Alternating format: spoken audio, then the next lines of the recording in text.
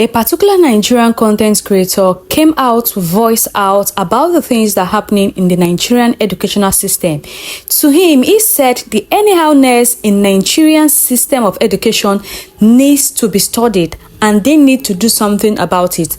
In this video, I'll be sharing the video of the same Nigerian content creator, how he voiced out and compared it to that of Ghana. He said he has traveled around the whole of Africa and specifically Ghana, and this does not happen there. That the government of Ghana are so concerned about the educational system and the welfare of the students in a particular institution or school.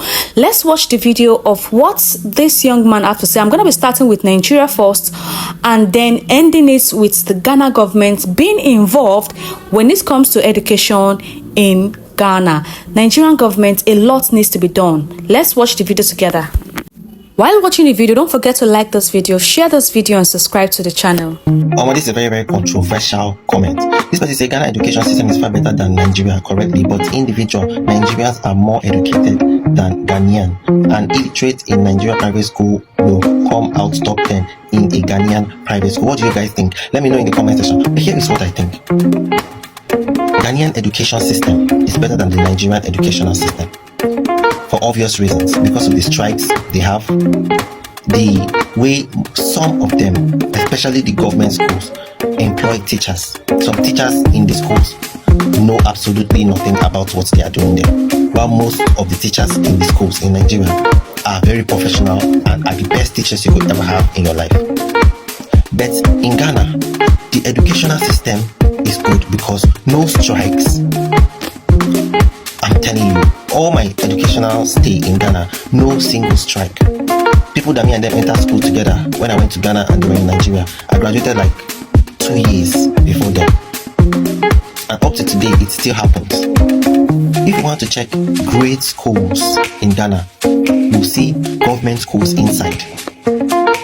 Most of the greatest schools in Ghana are government schools. Let me know in the comment section. I stand to be corrected. Most of the great schools in Nigeria are private schools. Now you guys understand that word government means a lot. If your government is trying and working hard for you, for the betterment of the citizens of the country, you people would be regarded in the rest of the world. Ghana government is trying free education from primary to level 100. From primary kindergarten to level 100, free education. That means the population of the country illiteracy rate will be less. But in Nigeria, they're even increasing school fees, and there's strikes. Some unprofessional teachers. Ghanaian teachers are, the way they select themselves. You guys want to ask Ghanaian institutions, the way they even select teachers to teach for school, common school, bros. You go tire. So Nigerians are smart people. They can easily learn. That's true. But say the educational system, forget it. Ghana wins. Ghana wins. There are some government schools in Nigeria today that allegedly have not changed even their signboard, talking of furnitures and equipment in the school since 1990s. But in Ghana, they change them every time. So you guys let me know what you think in the comment section. My major problem with Nigeria is our anyhowness, and it has crept so much into the system that you find the person doing a certain thing and you ask them why are they doing it, and they have no logical reasoning for doing it. It's because they're used to the system of anyhowness. I heard that one of the national exams in the country that is written by secondary school students was placed for 6:30 a.m. Secondary school students who are often at the age of 14 to 17. And my issue is, if you ask why the exam was placed for 6:30 a.m., there's most likely not a sense of logical explanation to why it was placed for 6:30 a.m. It's our anyhowness, because all it takes is for one person in that organization to say, I know this is how we've been doing it before, but we're in a different climb now. Security risk has increased in the country. Also, should a student really wake up by 5 a.m. to meet a 6:30 a.m. examination as a 15-year-old?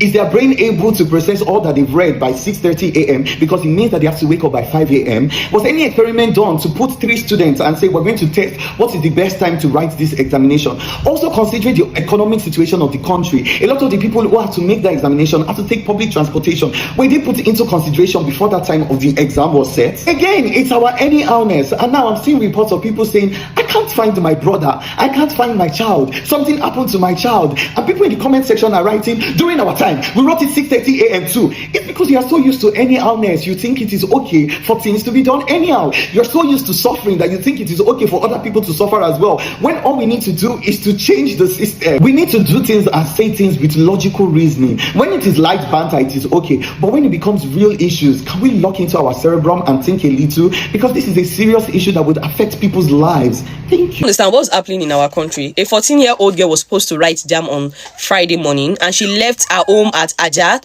heading to Ekpe around 1 p.m. in the afternoon, wanting to go write as I am wanting, like, maybe probably she was supposed to stay somewhere till the next day when she'll be having a jam exam around 6:30 a.m. in the morning. And this girl, since she left home around 1 p.m., her parents, her siblings, nobody have heard from her. The only thing they heard from her was when she called her sister and she said, oh, her eyes is feeling somehow and it looks like she entered a wrong bus, that she's feeling sleepy. Until now, they've not found this girl. Because I don't understand, how will a child be having a 14-year-old girl? How will you allow her go from Ajah to Ekpe? I'm going to point out some mistakes from the parents and from the jam whatever, because okay, let's say the parents, how will you allow a 14-year-old travel from Ajah all by herself to Ekpe?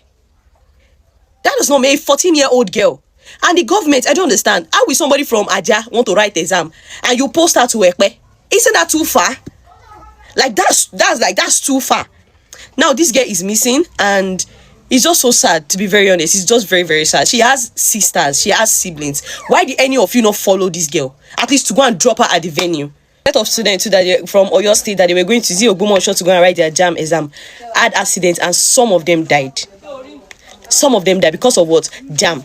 I saw another video too of some students destroying their jam center they went to. They were destroying those people property. Why? Because when they got there, they could not write their exam because those people claim that their system is down and stuff like that. They can't even organize this thing very well. They should cancel jam, or jam should be an online thing. How is a child want to write exam? You are taking her from Ajah to Ekpe. Why can't she write it in her school, just like WAEC, or she should write it close by in like our environment? Why must it be far away? Okay, you now put an exam far away. You're now telling them they must be there by 6:30. Why?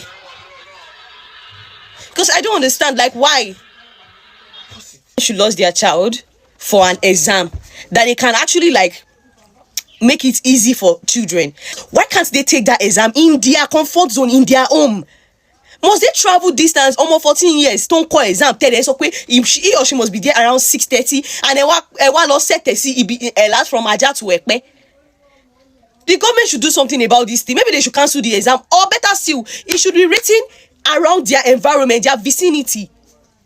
Because this is not funny anymore. This is not funny, and this is so sad. Really, really sad. Because of your child want to write exam now, they have to be losing their life. It's not fair. It's not. I don't understand what's happening in our country. See our daughters perform like this, you just get a great hope for the future of our country. I want to thank all our students who performed, their teachers who guided them to do this great performance. Indeed, until I watched this drama skit, I didn't know that the cloth that our mothers used to use in the past was called bue. So from now, no more bue. Bue will become a thing of the past. But let me need the girls, support for girls in maths, education, and technology.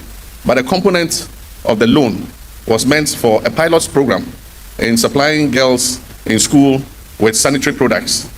It was then for the first time I got acquainted with the challenges that our girl child faces in school during their usual menstrual cycle. And it was then I learned that for many of them, for a certain number of days during the month, they refrain from going to school because they are afraid of soiling themselves and being the laughing stock of their peers. And so that pilot was undertaken, but I remember when we tried to pass it through Parliament, for the first time, it sounded very strange. And for those who were in Parliament at the time, they'll remember, our opposition bench called it the pad loan, if you remember. And a lot of mockery was made that a government will go to take a loan to supply sanitary pads for girls, because at the time, this challenge was not very well understood, even by members of Parliament. Today, I'm happy that everybody accepts that this is the right thing to do, because It is a natural process of creation. The menstrual cycle our daughters go through every month is just their identity as women. And God created them to go through that so that they can exercise their reproductive function of the human race, so that we can reproduce ourselves. And that is why every month they have to go through that inconvenience. And the least we can do is to support them and assist them with what they need to be able to go through it with dignity and with hygiene. And so I'm happy that today we've reached this point. Everybody accepts that we should invest national resources in order that our girl children can have confidence to be able to go to school without fearing that they will become the laughingstock of their friends. And so, like I said, mothers, you don't need to give your children buoy anymore. We will supply them with the proper sanitary products to be able to go to school. Thank you very much. Having said that, I wish to extend to her. She said to say hello to all of you and to say she's recuperating and catching a bit of rest. She's very well educated, not because they lack the academic intelligence and the flair or the will or the ambition, but simply because they lack access to proper sanitary products. Research has shown that girls can miss up to 5 school days each month, amounting to nearly 40 days of schooling a year. This is not just a statistic. It represents a young girl falling behind in class, losing her confidence, and struggling to catch up because of what is a natural biological process. This reality is unacceptable.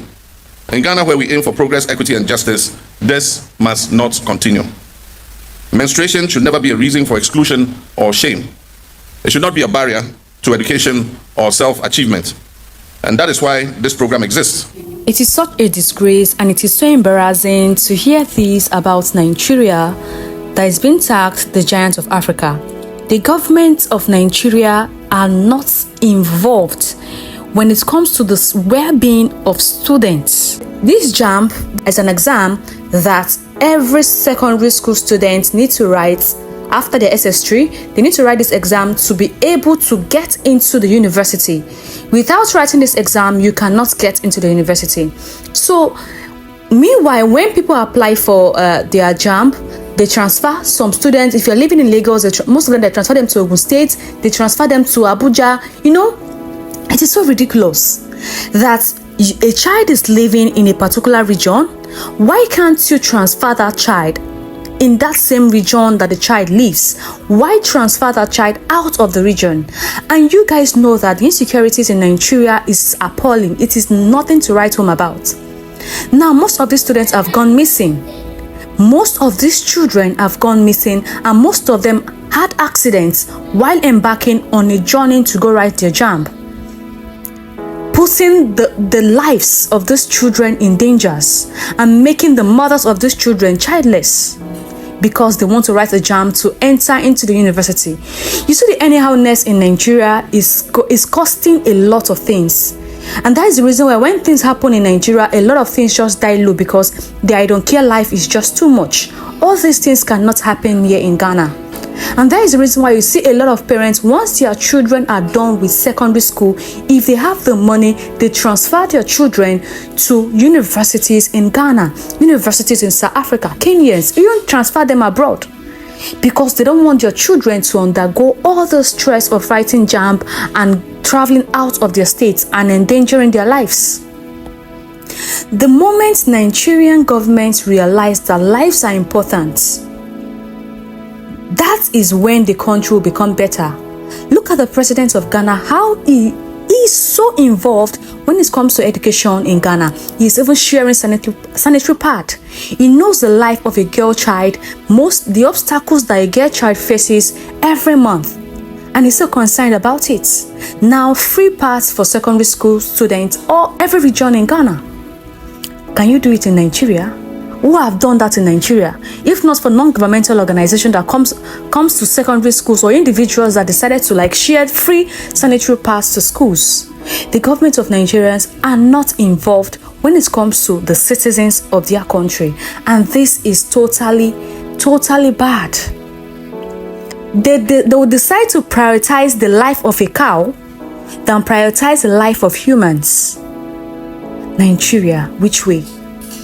It is high time you guys rise up. Nigerians, even Nigerians themselves, the anyhowness in Nigeria is even another thing. Nigerians may stand up to protest against something today, tomorrow they will relax because I don't care life is in them. I can't say I'm praying for the country Nigeria anymore, because there's no amount of prayer I'm going to keep on praying for this country to change, because there is no atom of change in them. I just pray for them to be good. Guys, don't forget to like this video, share this video, and subscribe to the channel, because this video is like a wake-up call to the Nigerian government. It is me voicing out my mind as someone, because I know what I suffered during my own time writing JAMB. I know how my mom, even a day before my JAMB, my mom have to take me to that particular center I'm supposed to write a JAMB. She showed me around there at the age of 15. Then the insecurity wasn't so much like this, but it was there. God help Nigeria.